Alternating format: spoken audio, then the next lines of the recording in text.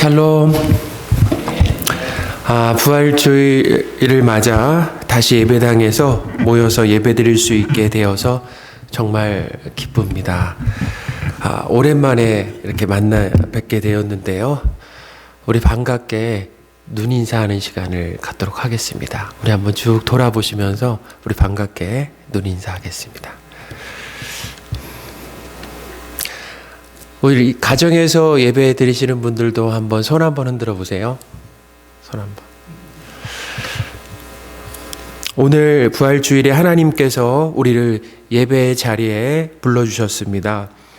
하나님께서 주실 은혜를 기대하시며 예배 드리시기 바랍니다. 우리 다 함께 자리에서 일어나셔서 신앙 고백하겠습니다. 전능하사 천지를 만드신 하나님 아버지를 내가 믿사오며 그 외아들 우리 주 예수 그리스도를 믿사오니 이는 성령으로 잉태하사 동정녀 마리아에게 나시고 본디오 빌라도에게 고난을 받으사 십자가에 못 박혀 죽으시고 장사한 지 사흘 만에 죽은 자 가운데서 다시 살아나시며 하늘에 오르사 전능하신 하나님 우편에 앉아 계시다가 저리로서 산자와 죽은 자를 심판하러 오시리라. 성령을 믿사오며 거룩한 공회와 성도가 서로 교통하는 것과 죄를 사하여 주시는 것과 몸이 다시 사는 것과 영원히 사는 것을 믿사옵나이다. 아멘. 찬송가 160장 하겠습니다.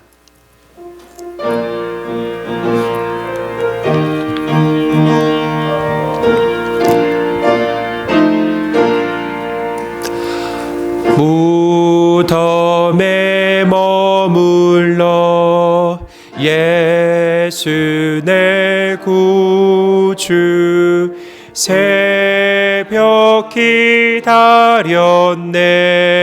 예수 내 주 원수를 다 이기고 무덤에서 살아나셨네 어둠을 이기시고 나와서 성도 함께 길이 다스리시네 사셨네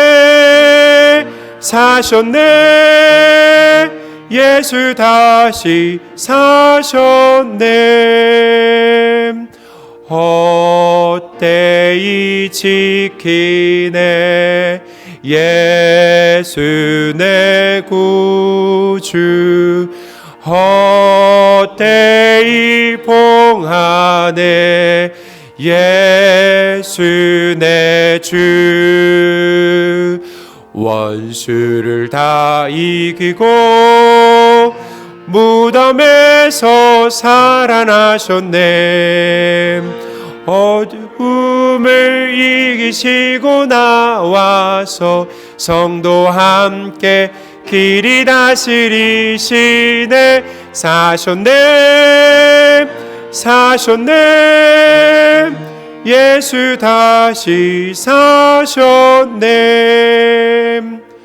거기 못 가드네 예수 내 구주 우리를 살리네 예수 내 주 원수를 다 이기고 무덤에서 살아나셨네 어둠을 이기시고 나와서 성도 함께 길이 다스리시네 사셨네 예수 다시 사셨네. 자리에 앉으시기 바랍니다.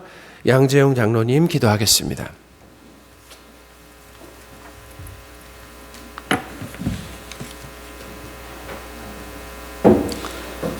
할렐루야. 세상의 모든 만민들아 하나님을 찬송하라. 우리 주 예수 그리스도께서 부활하셨도다. 사망의 권세 잡은 자가 누구이며 우리의 주를 무덤에 머무르게 할 자가 누구이냐? 그가 누우셨던 것을 보라. 그가 말씀하신 대로 사흘 만에 다시 살아나셨도다. 잠자는 자들의 첫 열매가 되신 자가 누구이냐? 우리 주 예수 그리스도가 아니냐? 우리에게 영원한 생명의 보장이 되신 구원자 하나님이시로다. 아버지 하나님은 전능자이시니 그의 아들을 음부에서 살리사 하늘 보좌 우편에 앉히셨도다. 약속하신 것은 반드시 이루시는 신실하신 아버지 하나님을 찬송하리로다. 그의 아들을 믿는 자에게 그의 나라를 허락하셨으니 바로 영생이로다. 우리를 이 험한 세상에서 보호하시고 인도하실 자가 누구이냐? 성령 하나님이 아니시냐? 그가 우리를 하나님의 영원한 나라로 이끄시리로다. 사랑과 은혜가 풍성하신 아버지 하나님, 부활의 주일 구원받은 주의 백성들이 주님을 예배하오니 저희들이 드리는 이 예배를 기쁘게 받아 주시옵소서. 거룩하신 아버지 하나님, 세상의 큰 혼란 중에 있고 특별히 이 땅의 모든 교회들이 일찍이 경험하지 못한 위기를 겪고 있는 이때입니다. 세상이 혼란스럽고 어두울수록 교회가 빛이 되고 바른 길을 제시하여야 할 터이오나 세속화된 한국 교회로는 세상에 아무런 영향력도 미치지 못함을 봅니다. 영적인 성숙을 이루지 못한 교회의 잘못이며 믿음을 따라 살지 못한 저희들의 죄입니다. 저희들을 용서하여 주시옵고 불쌍히 여겨 주시옵소서.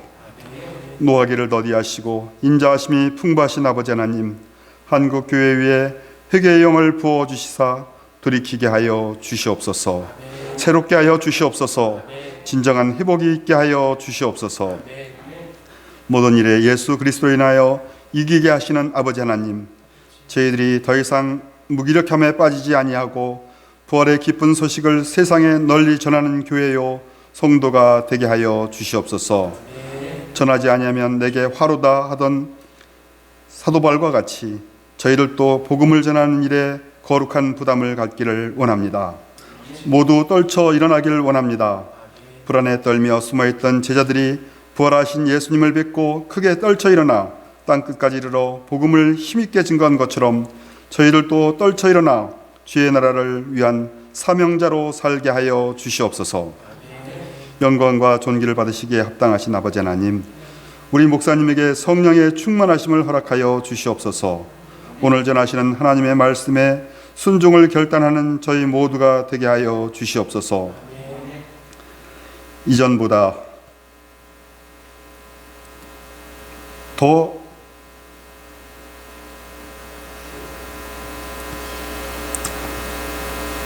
아버지 하나님을 사랑합니다.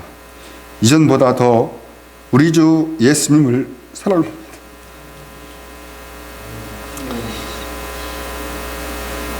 이전보다 더 성령 하나님을 의지합니다. 사망 권세를 이기시고 부활하신 우리 주 예수 그리스도의 이름으로 감사하며 기도합니다. 아멘.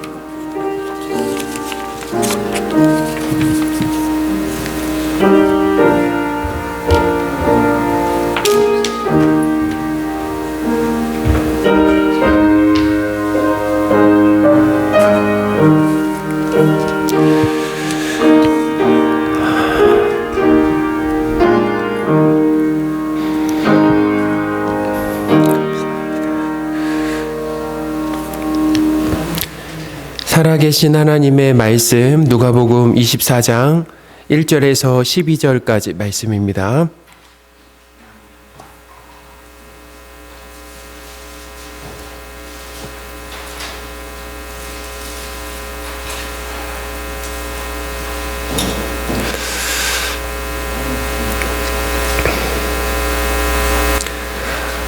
봉독하겠습니다. 안식구 첫날 새벽에 이 여자들이 그 준비한 향품을 가지고 무덤에 가서 돌이 무덤에서 굴려 옮겨진 것을 보고 들어가니 주 예수의 시체가 보이지 아니하더라. 이로 인하여 근심할 때 문득 찬란한 옷을 입은 두 사람이 곁에 섰는지라. 여자들이 두려워 얼굴을 땅에 대니 두 사람이 이르되 어찌하여 살아있는 자를 죽은 자 가운데서 찾느냐. 여기 계시지 않고 살아나셨느니라. 갈릴리에 계실 때 너희에게 어떻게 말씀하셨는지를 기억하라. 이르시기를 인자가 죄인의 손에 넘겨져 십자가에 못 박히고 제3일에 다시 살아나야 하리라 하셨느니라 한데 그들이 예수의 말씀을 기억하고 무덤에서 돌아가 이 모든 것을 11 사도와 다른 모든 이에게 알리니 이 여자들은 막달라 마리아와 요한나와 야고보의 모친 마리아라. 또 그들과 함께한 다른 여자들도 이것을 사도들에게 알리니라. 사도들은 그들의 말이 허탄한 듯이 들려 믿지 아니하나 베드로는 일어나 무덤에 달려가서 구부려 들여다보니 세마포만 보이는지라. 그 된 일을 놀랍게 여기며 집으로 돌아가니라. 아멘. 우리 함께 인사하겠습니다. 예수님은 부활하셨습니다. 기독교의 핵심 가르침은 예수님의 십자가와 부활입니다. 십자가와 부활은 비행기의 양 날개와 같이 둘 다 중요합니다. 비행기는 이 두 날개로 이륙이나 나는 것이 가능한 것처럼 예수님의 이 십자가와 이 부활은 똑같이 중요하게 다루고 강조해야 하나님께서 예수님을 통해 주시려고 하는 그 기쁜 소식이 밝히 드러난다라는 거예요. 예수님의 이 십자가는 우리의 죄를 사하며 그리고 죄인인 우리를 의롭게 하는 그 의미가 거기에 담겨 있습니다. 그렇다면 예수님의 부활은 무엇인가? 예수님의 부활은 바로 이 십자가의 의미가 진실임을 밝혀줍니다. 할렐루야. 예수님의 십자가가 진실이다라고 밝혀주는 것이 뭐라고요? 바로 예수님의 부활이다라는 거예요.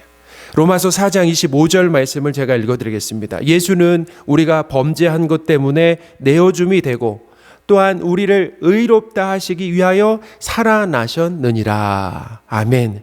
죄인인 우리를 대신해서 예수님께서 십자가에서 죽으심으로 죄를 사하고 하나님과 화목하게 되는 그 속죄의 사역을 하나님이 받으셨다라고 하는 것. 받으셨고 그래서 우리에게 죄사함을 주셨다라고 하는 확실한 증거가 뭐라고요?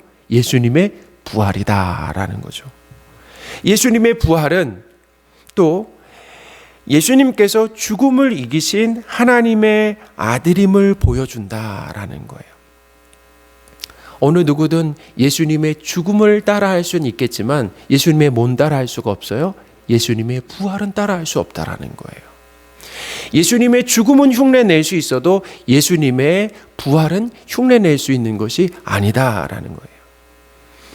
예수님의 이 부활은 예수님이 누구신가라고 하는 것을 알려주는 사건이라는 거예요. 예수님은 사람이시면서 하나님이셨다라는, 하나님의 아들이셨다라는 거죠.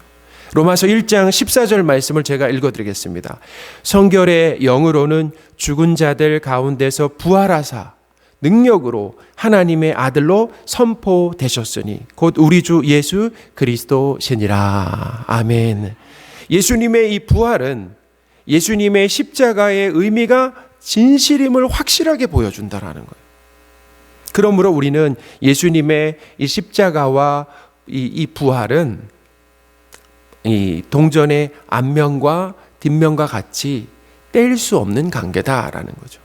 사랑하는 성도 여러분, 우리가 신앙생활을 하는 가운데 예수님의 이 십자가뿐만 아니라 예수님의 이 부활에 대한 지식에서도 자라가시기 바랍니다. 이것이 우리에게 너무나 중요하다라는 거예요. 오늘 부활주의를 맞이해서 우리는 성경이 증언하는 이 부활, 곧 이 부활의 역사적 사실에 대해서 우리가 살펴보면서 성경을 근거로 해서 이 부활에 대한 믿음을 바르게 세우는 그런 기회가 되었으면 좋겠습니다. 예수님의 이 부활에 대해서 이야기 전에 이 부활이라는 단어를 이 단어의 그 성경적인 의미를 먼저 알려드리겠습니다. 이 부활은 국어사전에 봐도 이 부활의 의미가 나와 있어요. 국어사전에 보면 부활이 어떻게 정의되어 있냐면 죽었다가 살아나는 것이다 라고 이렇게 기록되어 있습니다. 근데 이것은 부활에 대한 정확한 의미가 아닙니다. 여기 하나를 더 추가해야 돼요. 자, 부활은 뭐냐면 죽었다가 그리고 어떻게 해요? 그러니까 죽는 겁니다. 죽었다가 그리고 어떻게 해야 돼요? 살아나서 그 다음에 어떻게 해야 돼요? 다시 죽지 않는 거다라는 거예요. 이것이 부활이다라는 것입니다. 성경에 보면 많은 사람들이 하나님의 능력으로 죽었다가 살아나는 일들이 참 많았습니다. 뭐 예를 든다면 나사로나 야이로의 딸이나 나인성 가부의 아들도 죽었잖아요. 죽었다가 예수님으로 인하여서 어떻게 되었습니까? 살아나는 일이 있었습니다. 근데 그들은 죽었다가 살아났지만 다시 어떻게 됐어요? 죽었다라는 것. 이것은 부활이 아니다라는 거예요. 예수님은 십자가에서 죽으셨고 3일 만에 살아나셔서 영원히 지금까지 그리고 앞으로도 영원히 살아 계십니다. 할렐루야. 우리는 예수님이 어떤 분이신가라고 하는 거예요. 예수님이 죽으셨다가 다시 살아나셨고 영원히 살아 계신다라고 하는 것. 이게 부활의 의미다라고 하는 것을 알아야 합니다. 요한계시록 1장 18절에 예수님께서 사도 요한에게 이 본인이 누구신지 소개하는 부분이 있는데요. 제가 한번 읽어드리겠습니다. 곧 살아있는 자라 내가 전에 죽었었노라. 볼지어다 이제 세세토록 살아있어 사망과 음부의 열쇠를 가졌노라. 아멘. 예수님이 어떤 분이라고요? 본인이 소개하는데 세세토록 살아있어 라고 이렇게 말씀하고 계신다라는 거죠. 부활은 죽었다가 살아나서 다시 죽지 않는다라고 하는 것. 이 의미가 있다라는 거죠. 사랑하는 성도 여러분, 예수님은 죽음을 이기고 부활하셨습니다. 우리가 믿는 예수님은 어떤 분이냐면 영원히 살아계신 하나님이다라는 거예요. 영원히 살아계신 하나님이시다라는 거예요. 만약 누군가 나에게 예수님께서 부활하셨다라고 하는 것을 어떻게 알 수 있습니까? 라고 이렇게 묻거나 당신은 왜 예수님의 부활을 믿습니까? 라고 이렇게 질문을 받으면 뭐라고 답하시겠습니까?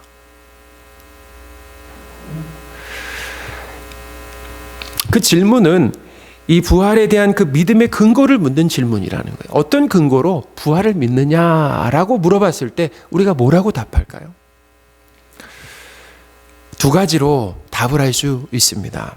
첫째는 우리가 예수님의 부활을 믿는 근거는 성령 하나님께서 부활을 믿게 하심으로 부활이 믿어지는 겁니다.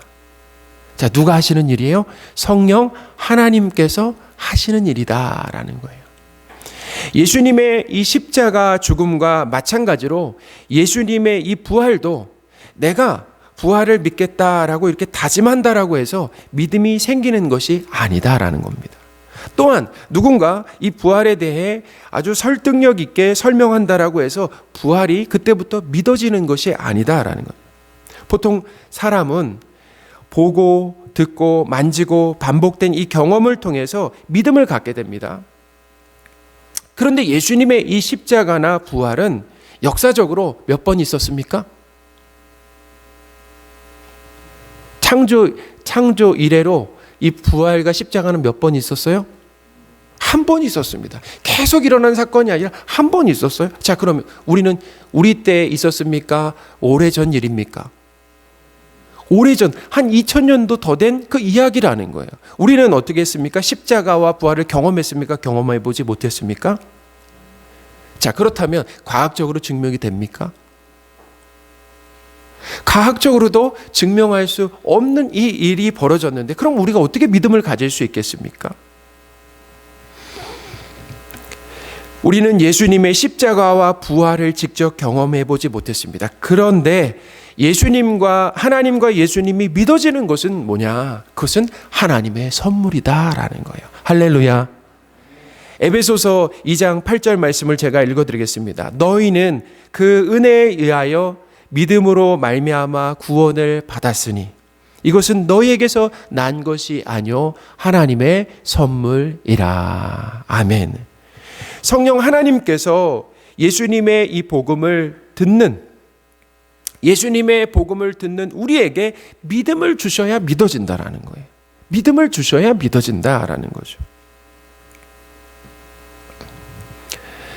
이 믿음의 근거는 우리에게 있지 않고 하나님께 있습니다.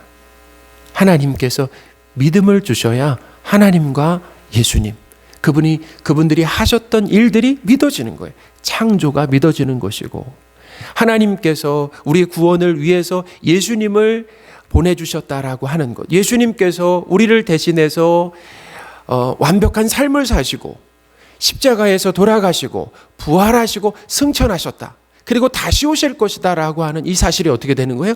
믿어지는 것이다 라는 겁니다. 바울은 이 고린도 교회에 편지하면서 이렇게 얘기했어요. 내 말과 전도함이 이 설득력 있는 지혜의 말로 하지 않는다라고 얘기했습니다. 나는 전도하는데 설득력 있는 그 지혜의 말로 하지 않고 다만 성령의 그 나타나심과 능력으로 한다라고 고백을 했습니다. 자, 이 말은 뭐냐면 이런 거예요. 언변이 좋다라고 해서 전도를 잘하는 것이 아니다라는 거예요. 말을 잘하지 못해도 복음을 전하는 사람을 통해 성령께서 나타나시면, 역사하시면, 일하시면 믿는 사람이 믿음을 갖게 된다라고 하는 말씀입니다. 할렐루야.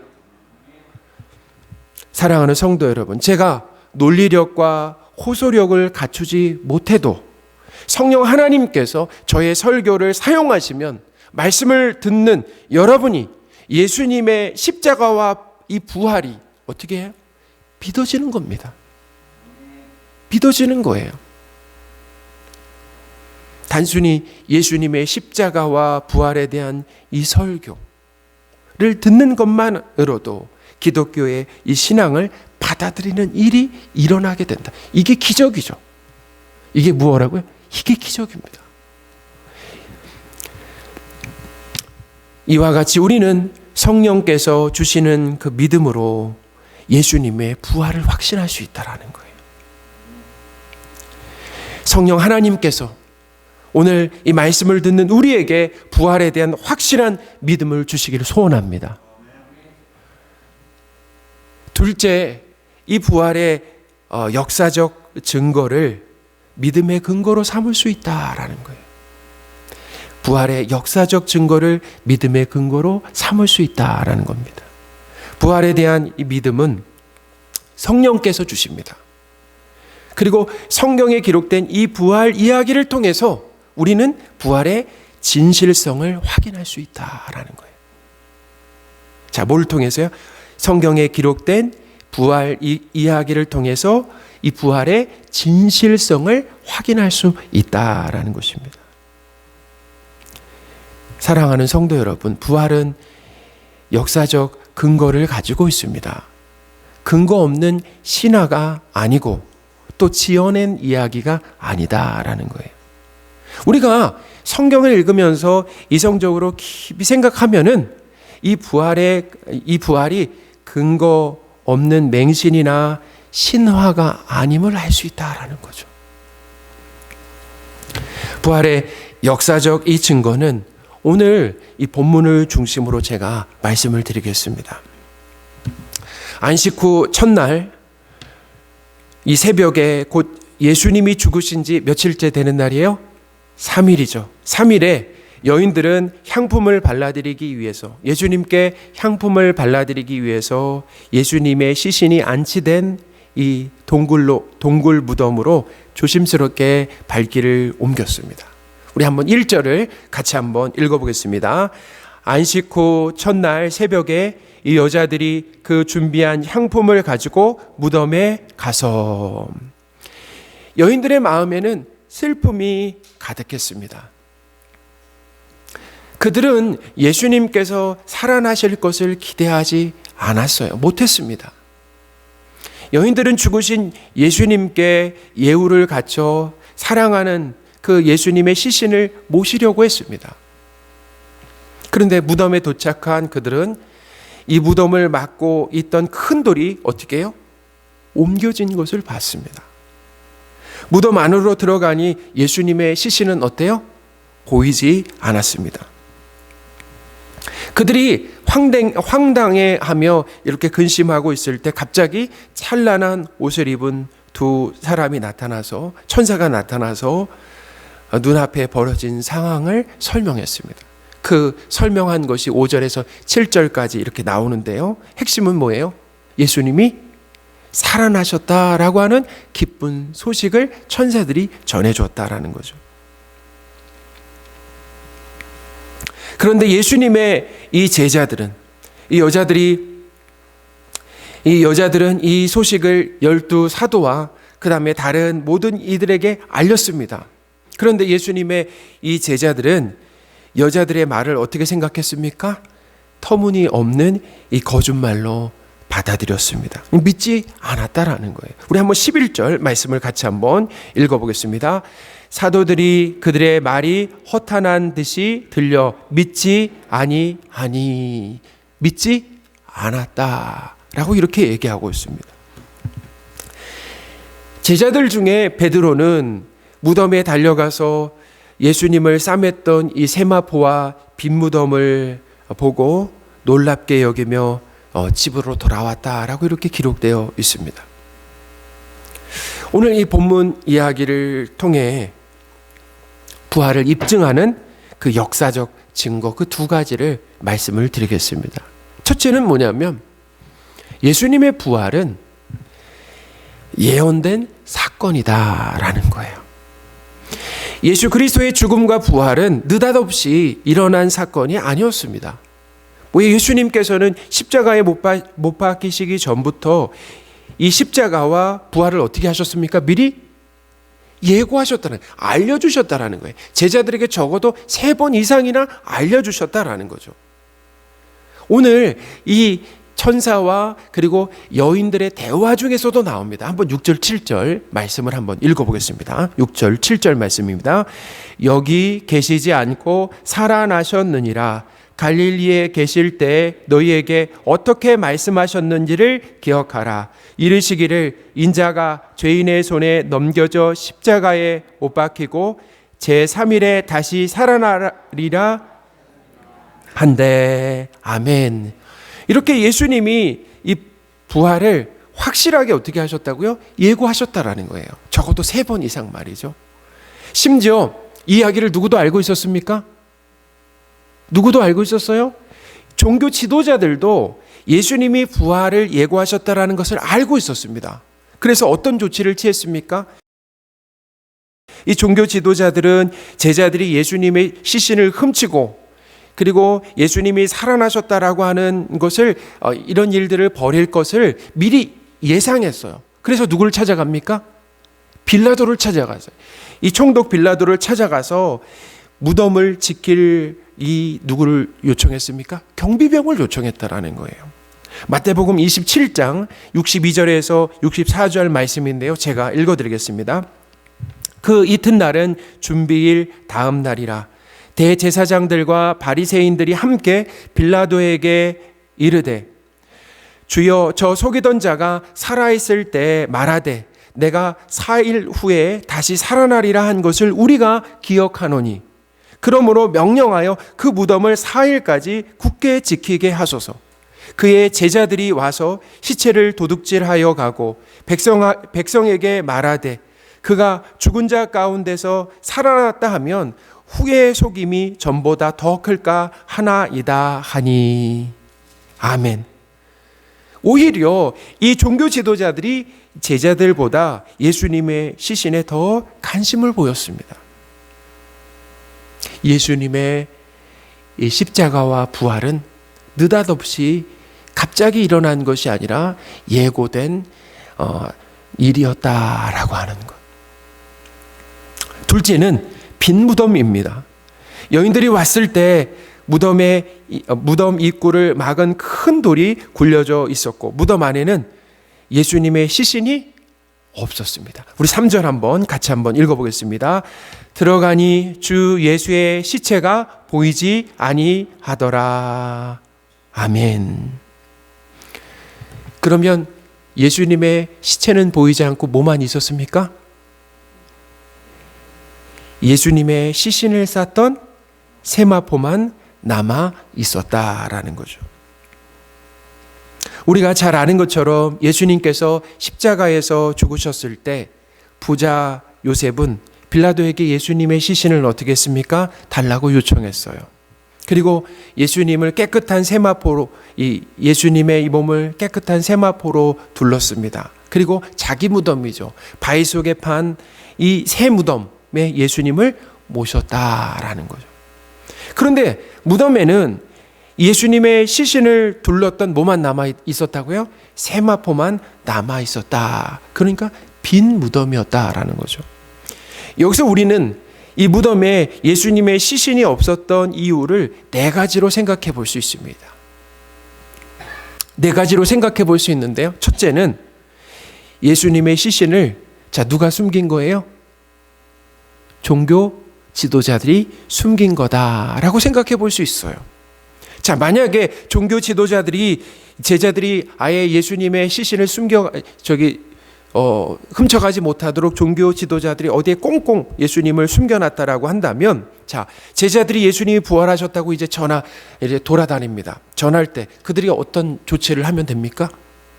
종교 지도자들은 어떤 조치를 하면 돼요?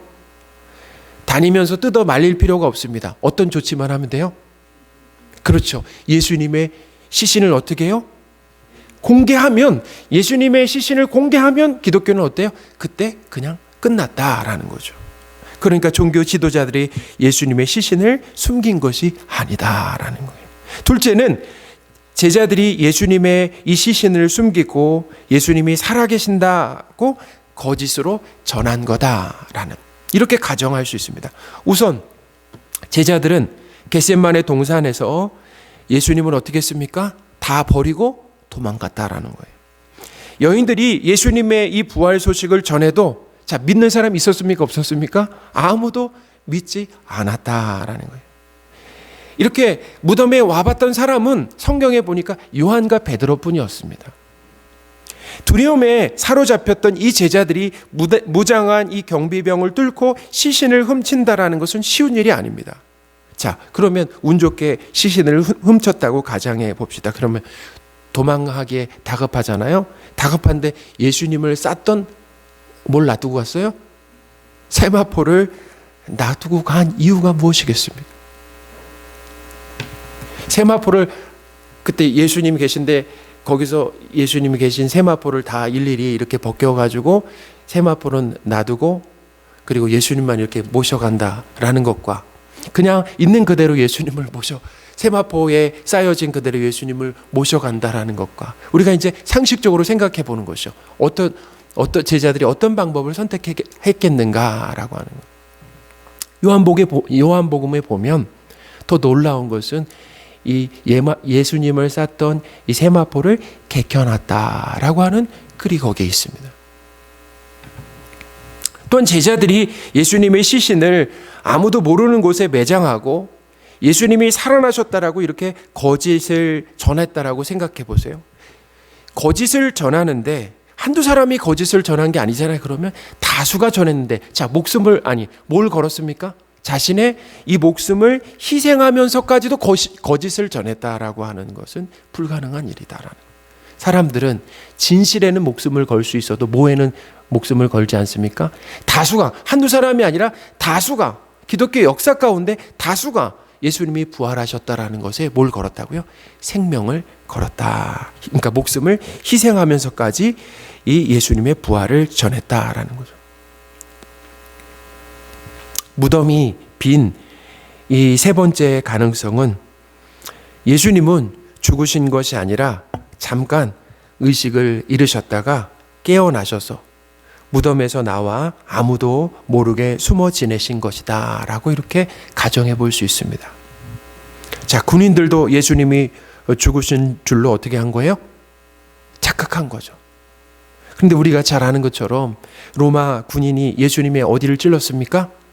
옆구리를 찔러서 거기에서 피와 물이 흘러나왔다라고 이렇게 기록되어 있습니다. 그리고 예수님이 3일 만에 의식을 되찾으셨다라고 해도 그런 몸으로 채찍에 맞으시고 십자가에 6시간이나 달려 계시고 마지막에 어떻게 해요? 창까지 찔려서 물과 피가 나온 그런 상황에서 그렇게 의식이 깨어난 상황에서 예수님이 큰 돌을 밀고 거기서 큰 돌을 밀고 나오신다라고 하는, 그리고 나와서 경비병을 따돌리고 숨어서 사신다라고 하는 것은 불가능한 일이다라는 거죠. 이제 마지막 한 가지가 남았어요. 그것은 뭐냐면 예수님께서 부활을 미리 예고하시고 천사들이 증언한 것처럼 예수님이 어떻게 하셨다라는 거예요? 다시 살아나셨다라는 겁니다. 놀라운 사실이 있어요. 뭐냐면 이렇게 예수님의 부활을 경험한 제자들이 변화되었다라는 거예요. 이게 부활의 증거다라는. 제자들은 어떻게 해요? 예수님을 다 버리고 도망했습니다. 그리고 예수님의 그 두려움에 사로잡혀 있었던 그 제자들이 예수님의 부활을 경험하고 어떻게 바뀌었습니까? 담대하게 변했다라는 거예요. 담대하게 복음을 전하는 사람들로 변해서 예수님의 부활을 전하며 대부분 어떻게 했습니까? 순교를 했다라는 거예요. 그러므로 예수님의 이 부활 예고, 그리고 예수님이 부활하셨을 때가 언제라고요? 안식 후 첫날 3일입니다. 예수님 말씀하신 것처럼 3일. 그리고 빈 무덤, 세마포, 예수님의 시신이 발견되지 않았다라는 사실, 천사들의 증언, 제자들의 이 불씨는 부활의 역사적 증거다라고 하는 거예요.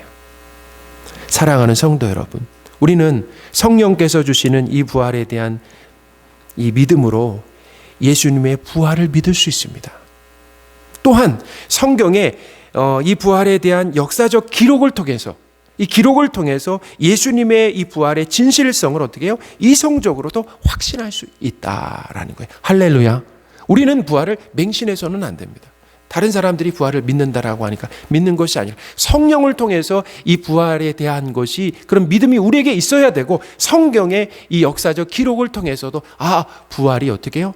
정말 우리가 생각해 보니까 그 역사적 상황 가운데서도 그 진실성, 그것이 그 진실성이 이성적으로도 확인할 수 있는 사실이다라고 하는 것. 우리 부활 신앙에 대한 확실한 근거를 성령 하나님이 주신 이 부활에 대한 믿음과, 여기에 믿음과 또 성경의 역사적 사실에 두시기 바랍니다. 이 두 가지의 우리 그 부활 신앙의 확실한 근거를 거기에 두어야 된다. 누군가 우리에게 물어볼 때도 그 두 가지를 얘기해 줄 수 있어야 돼. 그냥 우리가 그런 질문을 받게 된다라고 한다면 아마 우리의 신앙에 대해서 돌아보게 될 거예요. 어쩌면 내가 부활에 대해서 믿는 것이 아니라 믿지 않고 있는, 그리고 부활에 대한 그 믿음의 근거가 나에게 부족하다라고 하는 것을 깨닫을 수도 있습니다. 그래서 이 부활주의를 맞아서 우리가 예수님의 부활을 믿는다라고 한다면 그 근거가 무엇인가? 두 가지다. 성령 하나님을 통해서, 성령 하나님이 주신 믿음을 통해서 믿는 것이고, 성경에 기록된 부활의 역사적 증거를 통해서 믿는 것이다 라고 하는 것을 기억하시는 저와 여러분이 되셨으면 좋겠습니다. 부활주의를 맞아 우리에게 필요한 것은 신앙을 바르게 세우는 것입니다.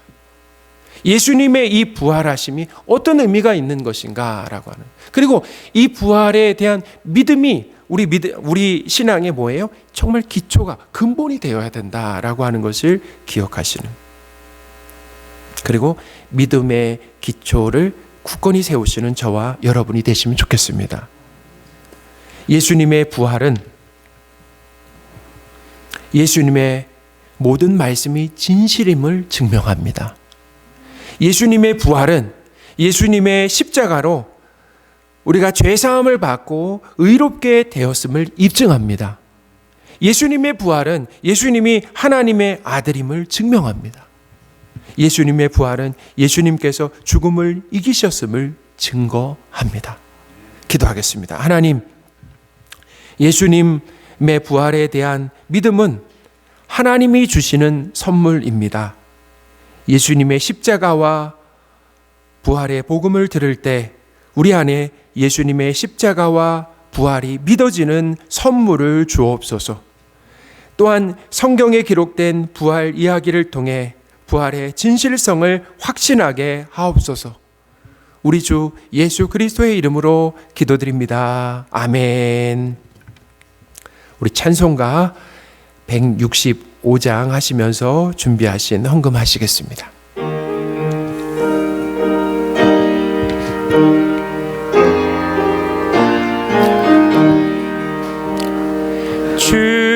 주님께 영광, 다시 사신 주, 사망 권세 모두 이기시었네. 흰 옷 입은 천사 돌을 옮겼고 누우셨던 곳은 비어 있었네. 주님께 영광, 다시 사신 주, 사망 권세 모두 이기시었네. 부활의 주님 나타나시사 두려움과 의심 물리치셨네. 주의 교회 기뻐 찬송하여라. 다시 사신 주님 죽음 이겼네. 주님께 영광, 다시 사신 주, 사망 권세 모두 이기시었네. 생명의 임금, 영광의 주님,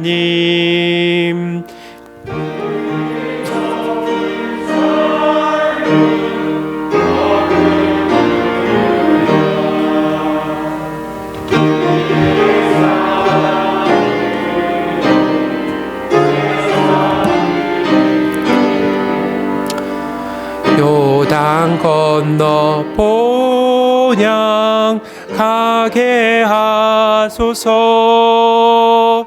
주님께 영광, 다시 사신 주, 사망 권세 모두 이기시었네.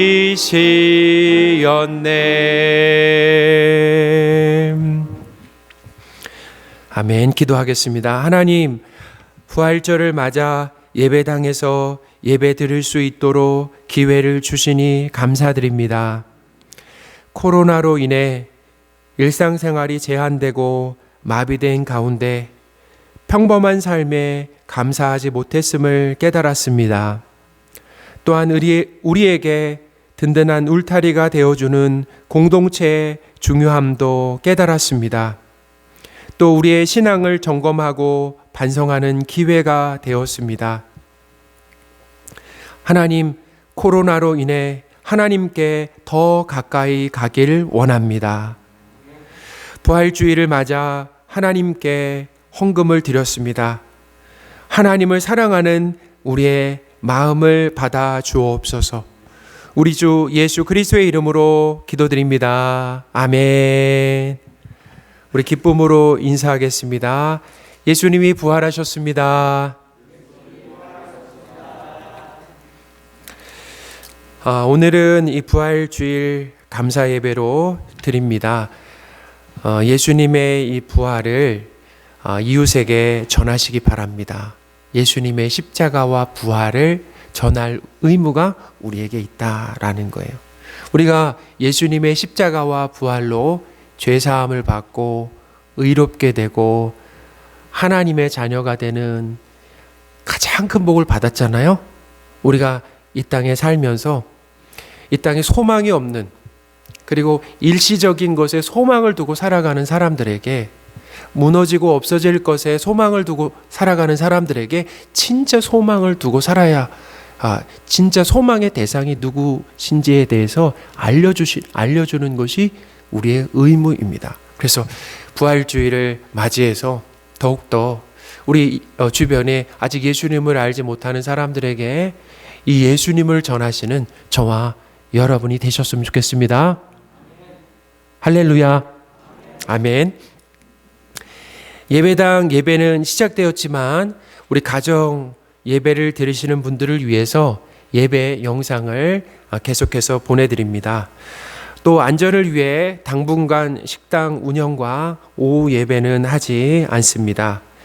교회 오실 때 마스크를 꼭 착용하시고, 본당 이렇게 출입 시에는 손소독을 꼭 하시고, 또 안전거리를 유지해 주시기 바랍니다. 지금 스티커 앞에 다 앉으셨죠? 예, 스티커는 거의 2m 간격으로 이렇게 붙였는데요. 이제 앞으로 계속 새벽 예배든 교회 오실 때마다 그 스티커의 앞에 앉으심으로 인해서 자동적으로 2m가 거리 이렇게 유지될 수 있도록 그렇게 지켜주시기 바라고요. 혹시나 이제 인원이 더 오면 지하에도, 거기는 노란 스티커가 이렇게 붙여 있습니다. 그래서 지하에서 예배를 드리실 경우에는 노란 스티커에 앉으시면 되겠습니다. 한시적으로 우리 중고등부와 청년부는 이 안전을 위해서 예배 장소를 변경합니다. 그래서 3부 때는 우리 11시에 예배 드릴 때 우리 중고등부 지하의 어르신 방에서 예배를 드려서 3부 때는 그 지하를 예배 장소, 어른 예배 장소로 사용하지 않습니다. 기억하시고요. 새벽 예배는 6시에 예배당에서 계속해서 드립니다. 그리고 주일 새벽 예배는 일부 예배로 대체됩니다. 그러니까 주일에는 일부 7시 예배, 일부 예배로 이렇게 주일 일부 예배로 대체되는 거예요. 우리 장로님이 기도하신 것처럼 지금은 위기입니다. 위기 상황. 우리 세상 사람들은 경제적 위기라고 이렇게 건강과 경제적 위기를 정말 아주 심각하게 생각하잖아요. 근데 우리는 뭘 심각하게 생각해야 되냐면, 경제보다 건강보다 더 심각하게 생각해야 될 것은 뭐냐면 바로 교회의 위기다라는, 하나님과의 관계에 있어서 우리가 위기다라는 거죠. 하나님은 이런 코로나라고 하는 그 어려움을 우리에게 허락하셔서 이 계기로 우리의 신앙을 돌아보고, 우리가 이 계기로 하나님과 멀어지는 것이 아니라 하나님과 더 가까이 가기를 원하신다라고 하는 것. 그럼 하나님이 이 코로나를 우리에게 주신 것을 그 어떤 하나님의 선한 뜻을 이루는 거죠.